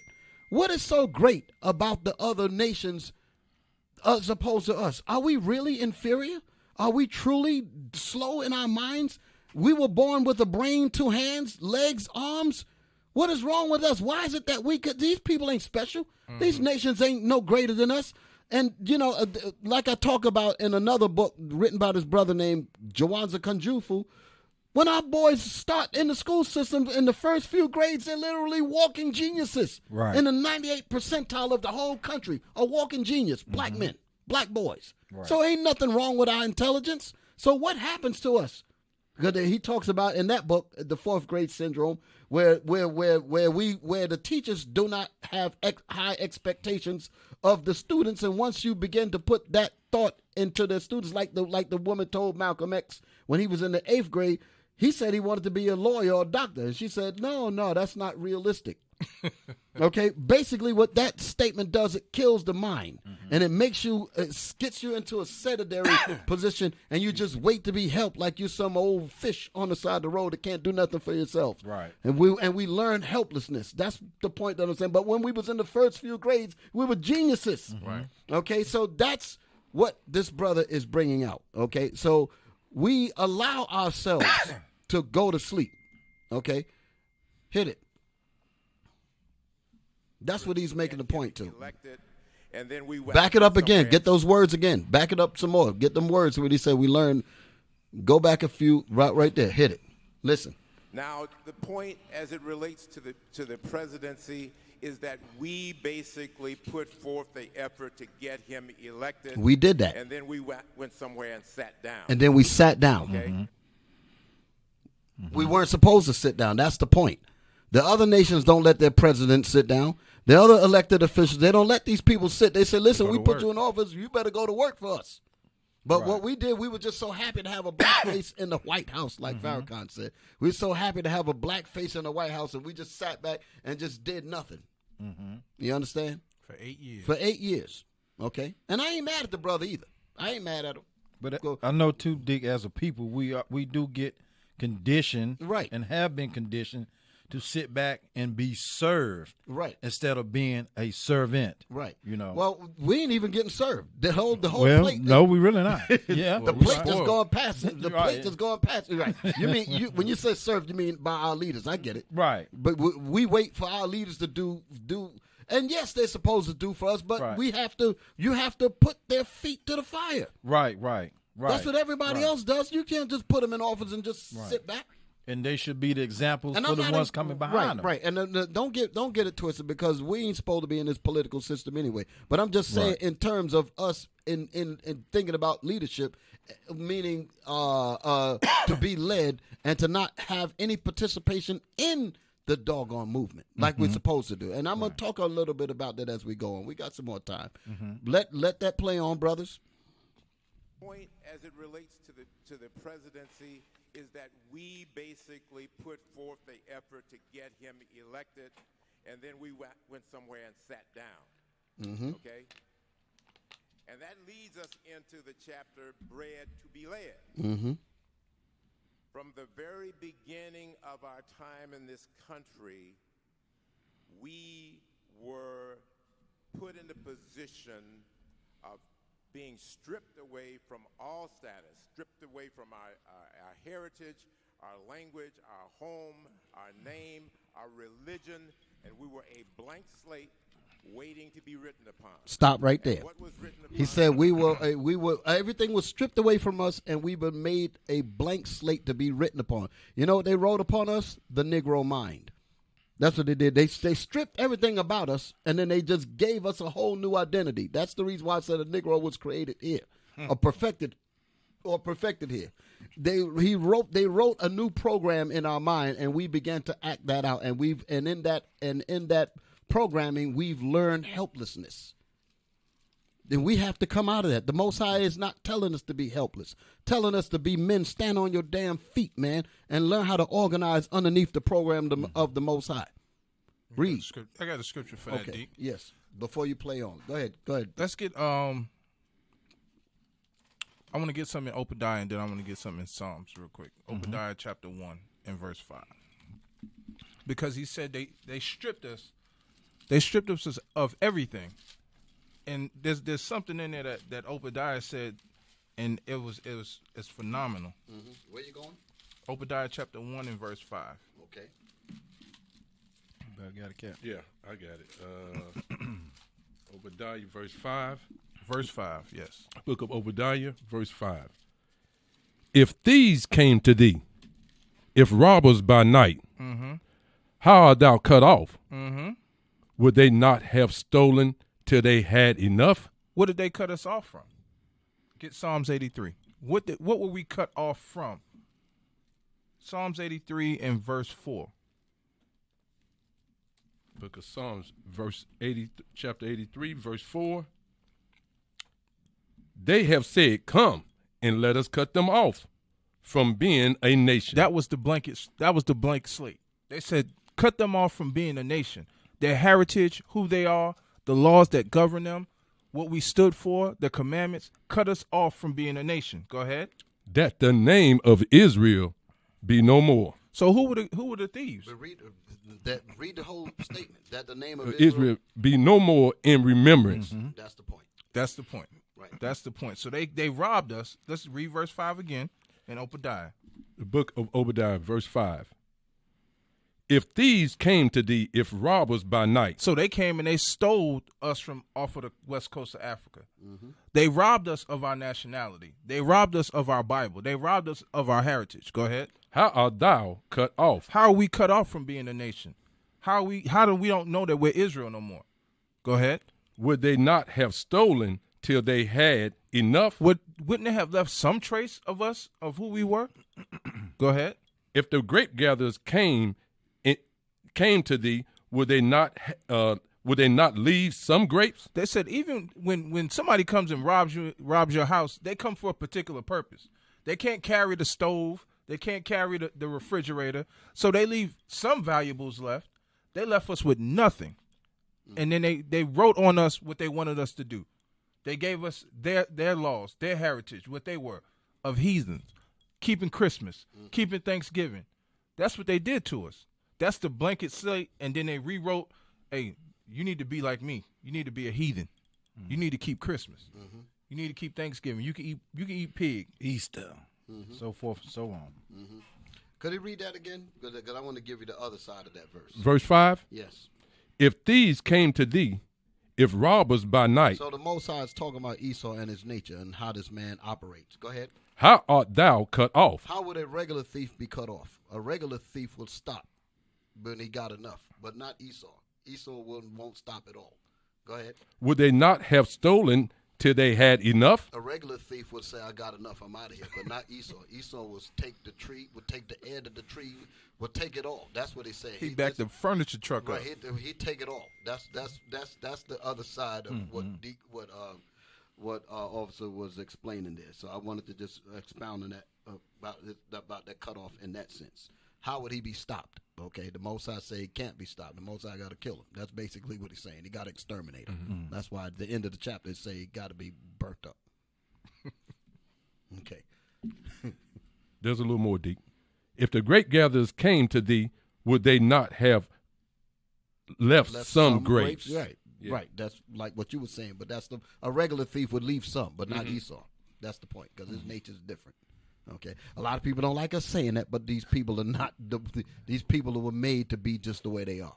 Okay, so now go back to, let's finish up with Mr. Burrell and his statement, because there's a lot in there, and I know you wanted to get in on the back end with that woman that's coming. She's in this part here. Yeah. So let that thing roll. Our name, our religion, and we were a blank slate waiting to be written upon. And what was written upon us is that we are dependent. We Lord have mercy. are helpless. We basically embrace the concept of learned helplessness. Let me pause it for a second. I got to stop it there myself. Give me Jeremiah 17:5. I'm going to read Jeremiah 17:5, and then I'm going to jump back to Jeremiah 17:4. He made a prolific statement there. You know? That's exactly what it is. 17:5. The book of Jeremiah, chapter 17, verse 5. Thus said the Lord. Cursed be the man that trusted in man. That trusted in who? That trusted in man. That's where you see there's no unity. We trusting in this system. We trusting in, like you said, the holidays, the Christmas, and trusting everything else in this government that we're in. Okay, but read on. It's going to speak for itself. And make it flesh his arm, and whose heart departed from the Lord. When we depart from the Lord, there's no unity. You understand that? When you depart from this book, okay, when you depart from the Lord himself, there's no unity. Now jump back to verse 4. Verse 4. And then we'll let him roll on because he's saying a lot there. And thou, even thyself, shall discontinue from that inheritance. He just said some of those things. We lost our language. We lost our customs. Everything about us we have lost. Okay, we trusting in somebody else. That blank slate. The blank slate, right? We trusting somebody else to show us what we supposed to do and how we supposed to do. No, it's right here in this book. But read on. That I gave thee. That who gave us? That I gave thee. That the Most High himself gave us. Read on. And I will cause thee to serve thy enemies. That's what we're doing. He caused us to serve our enemies. Go on. In the land which thou knowest not. Uh-huh. For ye have kindled a fire in my anger, which shall be burnt forever. I'll just stop right there because the Bible speaks forever. for itself. It shall burn forever. It speaks for itself. And we can continue on. I just want to hit that note. Let's back it up a little bit so we can get all them statements. Okay, go ahead. Plate waiting to be written upon. And what was written upon us is that we are dependent. We are helpless. We basically embrace the concept of learned helplessness. And so that's where we are right now as it relates to this whole issue. Throughout our history, we were taught that we could not do it by ourselves. Religion played a part in it. Wait on the Lord. Okay? Then wait on your organizations. Then wait on your government. Wait on Mr. Lincoln to free us. Wait on FDR to house and clothe and feed us. Oh, boy. Now we are in the same position. We're waiting for our first black president to come in and save us. Let's get Lamentations real quick. 4 and 17. I know you was going. I got that one there. Yeah. He poured out all the way. He broke it down for us. Yeah, he bringing it all I out. just want them to know that it's in the Bible. Right. He already broke the scripture down. I just want y'all to hear it. I'll read it. Lamentations chapter 4, verse 17. As for us, the nation of Israel, our eyes as yet failed for our vain help. In our watching, we have watched for a nation that could not save us. He broke the scripture down. I just wanted to give it to you. Go ahead, Cap. No. Here's the point. Our people, and I got one too. I want to pull. I like that one though, Eli. I got one I want to pull. But here's the point. He was telling us that we're waiting. But what I did not hear out of him, and I was expecting to hear something, he never talked about our leaders. That's why I was hoping he would add to that. We need leadership. Our people need leadership. That's what we're lacking. Right. Well, it's going to get deep. I had to step away for a second. Back it up a little bit because I know there was a lot more that I know I missed some hot stuff. Back it up a little bit. I know I got our brothers and sisters. Get back to when he was. Back it up a little bit more. Just a little bit more because I stepped away and I shouldn't have did that. Go ahead. Now let me hear it. So I can catch up with y'all because I know y'all your Bible's flipping all over the place. Yeah, that was an excellent scripture office. I got caught up there. I'm sorry I didn't pull the scripture for you. Go ahead. Man. Let me hear what he's saying. Then wait on your government. So he was, okay, Wait on Mr. Lincoln. back it up because he said something that I some wanted to more. get. Yeah, there was something that he said that I wanted people to get the understanding of, the proper understanding. Hit it now. Wait on your government. Come on. No, go back some more. A little bit more. A little bit more. There you go. Let's roll. Religion played a part in it. Wait on the Lord. Stop. When he said wait on the Lord, he wasn't talking about wait on the Most High. He was talking about people depending on church, meaning white Christianity. That's what he's really talking about. Okay, because he already spoke about how we were stripped of our religion. So it's not that he's against religion per se. Right. He's against white supremacy called Christianity. That's what he's really talking about. So get that statement again, and I'm gonna let it play on. And no, he's not Israel in the sense of knowing he's an Israelite, but the points that he's making is profound. Go ahead. Ourselves. Religion played a part in it. Wait on the Lord. Okay? Then wait on your organization. Hold it. See, these are parts that I missed. When it said wait on your organizations, you ain't supposed to be, quote unquote, just waiting. Right. You're supposed to be involved in it. Be the organization. That's what he's really saying. He's Yeah. not saying don't take instruction and don't take guidance from your organization. That's not what he's saying. He's saying be in the organization. That's the point that he's making. Not sit on the sideline and say, y'all go ahead and, yeah, brother, you strong. Going right back to the video that I was talking about. The brother's ready for war and all that. You supposed, if you think that it's about really doing something, you're supposed to be in it. Right. You brothers are, we got people that's watching. If you know that this is the truth, get involved in it. Exactly. Get involved in it. That's the point that he's making. That's what I want to bring out. Play it again. Play on. Then wait on your government. Then hold it. Wait for the government to do something for you. All this wait. Bread to be led. That's the point that he's making. We wait on the quote-unquote Lord, meaning wait for white Jesus. That's black people. That's what he's saying.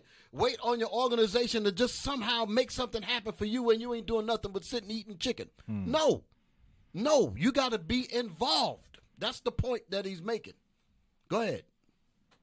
Wait on your organization. What else? Wait on Mr. Lincoln to free us. Wait on FDR to house and clothe and feed us. That's being spoiled. Now we are in the same position. We're waiting for our first black president. Pause it. When he said wait on the government to house and clothe you, that's a slave mind. That's the point that he's making. He's saying that if we just gonna sit back and just wait for them to do for us what we can organize and do for ourselves, that's the point that he's making. Go ahead. Come in and save us. Now, to the question of being asked to be a part of the agenda, the black agenda, that we haven't been asked, we should not be waiting to be asked. We should not be waiting to be asked. Stop. Our brothers and sisters, thank God that they are on our side, supporting this truth and all that. But there's some people that's watching that have not yet really subscribed and have not really put forth their brick to get involved in this. You know we're telling the truth. Why are y'all waiting for us to ask you to come into something that you know is your organization? This is your house. This is your truth. This is your Bible. Why are you waiting for us to tell you to join something that is designed, that is made to benefit you? You have to be asked. I didn't have to be asked to come into this truth. Once I saw that this truth was out there, and I said, I got to get involved in that. Exactly. I didn't have to be asked. Nobody had to call me. When I came in and the brother was pointing, he said, the Lord is calling you. The Lord is calling you. I was ready. I was ready. He had to tell me, and I said, where's the school at? Right away, I went to that night, I went into the school. You didn't have to, I chased them brothers down. That's my point. That's what the brother's saying. Go ahead. Deke, was it like it was a little different than Uncle Sam pointing at you talking about? The hell with that. I want you. No. Right. No. The Lord is calling me. When the Lord called me, that's right. I didn't wait. I said, you ain't got to call me twice. Yes, I'm coming in. That's it. All praise. I'm coming in because this is where I belong. Yes, sir. Go ahead. That's what he's making the point. We wait. We sit back and waiting. That's right. That clean slate. That's that slate that they just wrote Negro on us. Right. Go ahead. Because inherent in the idea of waiting to be asked by whom? By this circle? That is inherent in inferiority if you think that you have to be asked in order to come to the party. It is our party, 41 million people, okay? So we should not be waiting to be asked. We should be working on getting rid of the lack of love that we have for each other, getting rid of the lack of respect that we have for each other.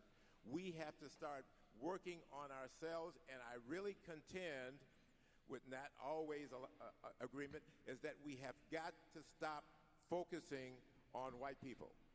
And because to focus on white people buys into the concept of their superiority.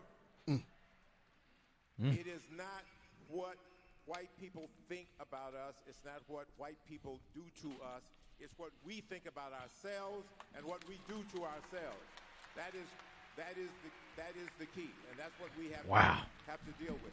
We have to work on what they call this internal locus of control. We have to learn how to deal with what's inside of us. See, because it was established back then on that blank slate, and we learned to devalue ourselves. We have got to fix ourselves before we can deal with other people.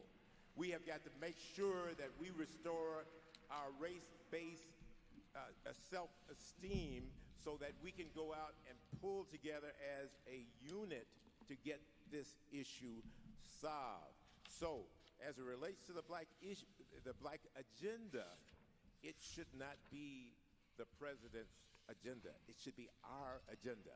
Please welcome the president of the Student Government Association here at Chicago State, You Raven ready, Eli? Curling. Yeah, this is my girl right here. Yeah. I'm gonna let you roll. I'm gonna lean back. I hope everybody understood my point. Because it's so clear that young people all across this country were excited and enthused and involved in helping to elect Barack Obama as president of these United States. And so it makes sense to have a young person at this table. I wonder, Raven, without coloring the question too much, what your sense is of what young people think a year later. Again, it's an unfair question on some level, but there's evidence that there are certain folk in this country who are now a little disappointed, asking questions, raising issues. We're here today. Hispanics marching, as Reverend Jackson said, in Washington tomorrow. Gays and lesbians pushed him on Don't Ask, Don't Tell. Environmentalists pushed him to the table in Copenhagen. The Jewish lobbyists pushed them back to the table now. As Minister Farrakhan said, 4 months of new negotiations between the Israelis and the Palestinians. Talk to me about what young people you think, your friends in your circle, what are you hearing? What are you feeling about what young people feel now about this president that they have to elect a year later? When I start this question, let's say that I definitely think that there is a need for a black agenda. We're not at the position where we can just back out and say, oh, Let me pause it for a second. We have not arrived. I just want to say something. Hold it. Yes. Pause it, brothers. Have we arrived to the Pause it, brothers, because I'm gonna give it back to you, Eli. I just want to make a clarification because we're not interested in the so-called black agenda. I want to I just want us to to understand the parallels of what he's talking about and us doing what they're talking about, but doing it in the Bible. That's the point. Because the Bible, when he makes the point about the Hispanics, he's making it sound like they're different people. No, the so-called Hispanics are Israelites. So they are a part of our agenda because us and they are the same. So I just wanted to make that distinction because as sometimes I don't like for too much of this to play because people's minds start to go in a different direction. I wanted to just jump right to the point that you wanted, jump right to the point. But I just wanted to make that clarification as to the reason why we put this video up there because there were things that were said that absolutely correlate with what we're doing here. Right. But sometimes you need to hear it from others. That's the reason why. So that was the point. Go ahead. Get my fast forward just a little bit. Let her get talking a little bit. Go about 6 minutes. So you remember the points? Yeah, she makes some valid points. She rambles a little bit in the beginning. Okay, all right, there you go. You're on now. Oh, fluff. But not only are we not being responsible for the decisions we made when we decided to vote in January 2008, we are not being held accountable for that responsibility. We can't just place a vote and not hold those people who we're not talking. We're not telling y'all to vote. So just keep that in mind. We're not telling y'all to vote. Accountable for what we need. Just because he is black does not allow him to know every detail of our exact disposition in this country. We have to voice those. There are No. Let me say something on that. No, people hold us, and they hold us in IUIC, which is what they're supposed to do. Hold us to accountable. Right. Hold us accountable. Right. And that's the reason why we're doing the work that we're doing. Mm-hmm. You hold us accountable. You ain't got to hold us accountable, but I'm glad you're doing it. But irregardless, we're going to do this work. That's right. So that's the reason why, that's the reason why this is important. Ain't nobody just going to sit back and just let us just do anything. No, we got to do work, and that's the reason why you see us doing work all over the place. There's many things that's going on, and some of the things are behind the scenes, but we're going to start bringing out some of the things that we're doing behind the scenes. As a matter of fact, we're going to mention one of the things that we're doing that might be considered behind the scenes. We're going to mention that in a little while, too, after we go through this. Just to let you know that we are about this work. Okay? We are about this work. Mm-hmm. And scan the video a little bit where it shows where she's speaking to all of them, because I think that's the biggest point that she touches on, is that we can't forget about the youth. That was the main point I wanted to get out of what she was saying. Do you know the timestamp? Go forward a little bit. You mean backwards? You almost at the end. Now go back. I just wanted to make sure that was the area. All right, right around there. Yeah, just play it. You'll come up. I don't want you to miss the point. Turn it up.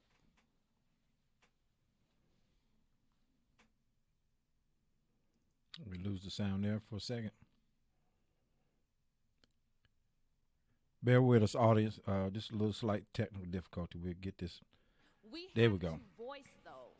There are people who are less fortunate than me that I don't know exactly what they're suffering from in lower income housing, but as a person who is very much so beneficial of things that have come my way, I have to be able to volunteer. I have to be able to get involved with my community. I have to be able to educate myself in order to be able to bring my people to a higher level. Let's be very realistic. Everyone here is mature, more mature than I am. There it is. 20 years from... That's in debate. I hate comic relief. Sometimes I hate comic relief. Yeah. She was going to make a serious point, and he should come up with some comic relief. Let the seriousness roll. Right. That's right. Exactly. Go ahead. Let's look at this 20 years from now. If all of you all, God forbid, were not to be here, who would be sitting at this table? Our country has gotten to the point where, no, we don't have slavery in the forms of whips and police gathering us and not allowing us to be in certain places, but we have them in the form of limited financial aid. There we go. In the form of limited jobs. There we have them go. in the form of, well, my parents don't come from a certain area, so I can't get into a school that has proper books and educational material to get me to a level where I can succeed. So if we're still needing a debate of this type of level or this type of extent 20 years from now, am I going to be the only person sitting at this table? Pause it. I got to say something. That's butter. You hear? Oh, right, exactly. Now, the heavy points that she was making, you hear all the applause? Mm-hmm. Popeyes is selling chicken right outside the forum, and they go all be in. That's all the clapping don't mean nothing. Because right. she's making the point that 20 years from now, I'll still be here. Basically, black people ain't going to do nothing. You understand? So my whole point is, if there's real work required to prevent the mistakes of a few years ago. We have to do work. Okay? We don't have time for laugh, no comedy relief and all that foolishness. Let the seriousness roll. Don't clap. Just shut up and listen. That's what I really want to say to the audience. Don't clap. I want you to hear me. Right. That's the point. Can I read the scripture? Just there again, hitting. Give me Lamentations, just right quick, 2:15. I'm just sitting here reading of some of this while I'm listening, and talk about clapping. Lamentations chapter 2 verse 15. All that pass by clap their hands at them. That's what they're doing. They just passing by. People sitting out in the audience, they ain't taking notice of what she's really saying. It just sounds good to their ear, speaking smooth words to them. They just clapping their hands. Read on. They hiss and wag their head at the daughter of Jerusalem. Hey, did you hear that? And but at the same time, they ain't doing it but just like our enemies, wagging their heads at Jerusalem. That's us, Israel. Read on. Saying, Is this the city that men call the perfection of beauty? That's what our enemies looking at us like. Is this the city we talking about? The perfection of beauty? Read on. The joy of the whole earth? Is this supposed to be the people that's supposed to be the joy of the whole earth? You see what I'm saying? So I just brought that scripture out, just sitting here listening, you know, people back there clapping and carrying on. Like D said, and then next thing you know, they can't wait to run out of, you know, a chicken sandwich discount going on. That's what they're clapping for, you know. It just came up on their phone, you know, we got to go get a chicken sandwich. Coupon, you got the coupon. Some more coupons, some more foolishness, you know. They're not really hearing what the people are saying, you know. You remind me of something, Captain Sarah. I want to say this, that there was a story I got this week, about 2 days ago. Got a story, and there's a young lady, she's been following Israel United in Christ. Mm-hmm. And little did I know that the young lady was falling. I didn't even know she even was taking part in it. But I guess she had heard about us. Right. And but she was following us, and got a chance to look at her Facebook page. Mm-hmm. And it was to my amazement that she's been following us. She went back a couple of tabernacles. I said, oh, wow. I said, she really been following us. Won't repent, won't come in, but just been following. I said, but that just is amazing. I said, I want to talk to the young lady. Come to find out, she was my daughter. She's been following us for 2 years. She knew that. She know we stand Israel, for what we stand for. She won't come in, Deke. That's what you were saying a while ago. They standing back, but won't come in. Won't get in the game. Mm-hmm. Didn't understand that thing. I said, wow. I had just seen it just a couple of days ago. Right. I got a conflict on two things. Go to the movie, brothers. I want to just jump to that, and then I want to get with time running, and I want to get the sister. Okay. Play that, because I want you to understand.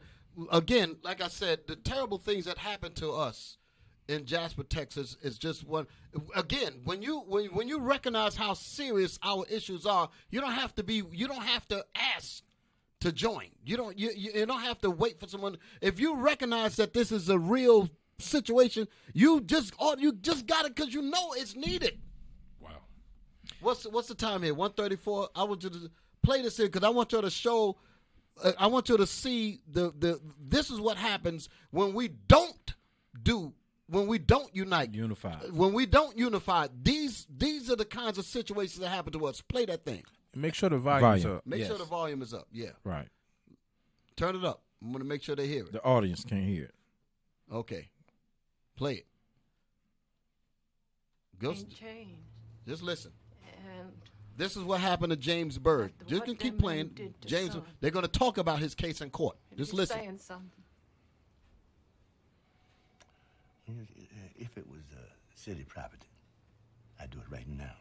Turns out that it's private property with its own board. All right, never mind this part. Who's on the board? That's what we're trying to find out right now. Don't worry. Here it comes. We get to it. This is it. Listen. Look at this. Now, here you can see the abrasions to the back lateral buttocks and posterior thighs. There's a laceration to the left mid-back and a large ground-down area over the sacrum and buttocks. So pause it, because I'm going to explain it, because I ain't going to talk much. With those pictures that you pictured, this is a reenactment. This is a movie, okay?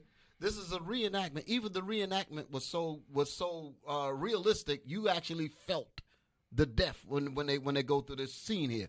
But those pictures that you were looking at was his body being scraped up on asphalt for being dragged. So they actually took pictures of his mutilated body and brought it into the courtroom for the people to see. So this is the reason why we're outraged. But in order for stuff to stop like that, if you really think that this is terrible, then why the hell we organize and do what the Bible says to do, and that's how we're going to get some results to put some of this stuff to put it to a stop. But the stuff, the way we're going, we ain't going to stop nothing. Right. Let that thing play on, man. Now, there's an obvious difference in the shape of the wounds on the buttocks. What does that tell you? It's my opinion that while being dragged, Mr. Byrd was attempting to relieve the pain and injuries he was receiving.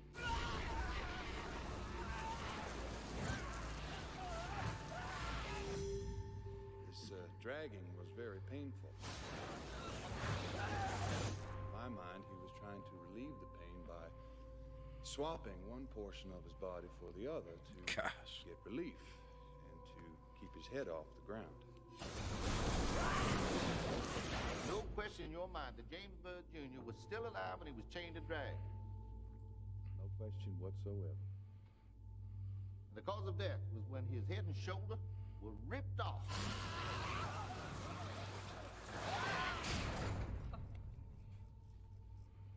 Yes, he was alive till that time. Thank you. Okay. That's it for that. So, again, like when I talked about my brothers that's going to try to deal, like I said, out of frustration because we don't really know what to do, we'll do these things, but we are reacting. And when we react, we're not proactive. If we were proactive in our thinking, we would already have incidents like this in our mind, and we will work to prevent further incidents, not wait till the incident happened and then go try to call people out of a courthouse and all of that. That's not going to do anything. Mm-hmm. And that's the point that I'm making. But this takes organizing. This takes discipline. That's the real word. Right. Discipline and diligence in making sure that we are not capricious people just act with emotion. Mm-hmm. No, we have to find the discipline that the Bible teaches us to put our emotions in check, brothers and sisters. Mm-hmm. That's the point that I'm trying to get. Now, Deacon saying, let's play offense and not defense. Exactly. That's what the scriptures are saying. As a man thinketh, we need to follow the guidelines that the Most High is talking about in the Bible. Now, I remember I was just saying, because with time running, I wanted to get the video with the sister, brothers. Get the sister with the sister, with the children and all that. I want y'all to see this here, because like I said, there are works that we're doing behind the scenes that a lot of people don't know about. And SPLC and everybody else is trying to sully us into some madness. But our feet are to the fire because God got our feet to the fire. Not only you brothers and sisters out there, God got our feet to the fire to make sure that we do right by his people when we bring this gospel out. Mm-hmm. Okay, let's get that thing. You got it? It's the, nope, none of that. I didn't even, those other things I didn't even get to. Now, I was looking at them pictures, the Instagram thing, brothers. Come on. You say Instagram.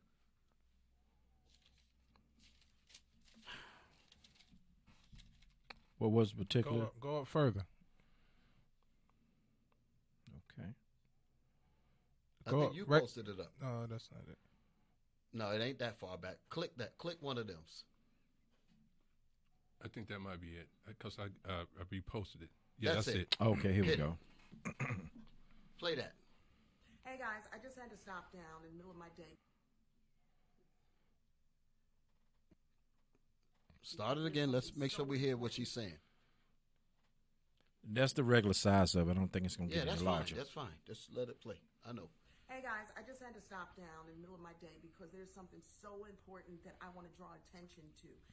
We're not hearing enough about how we, women, black women, are under attack.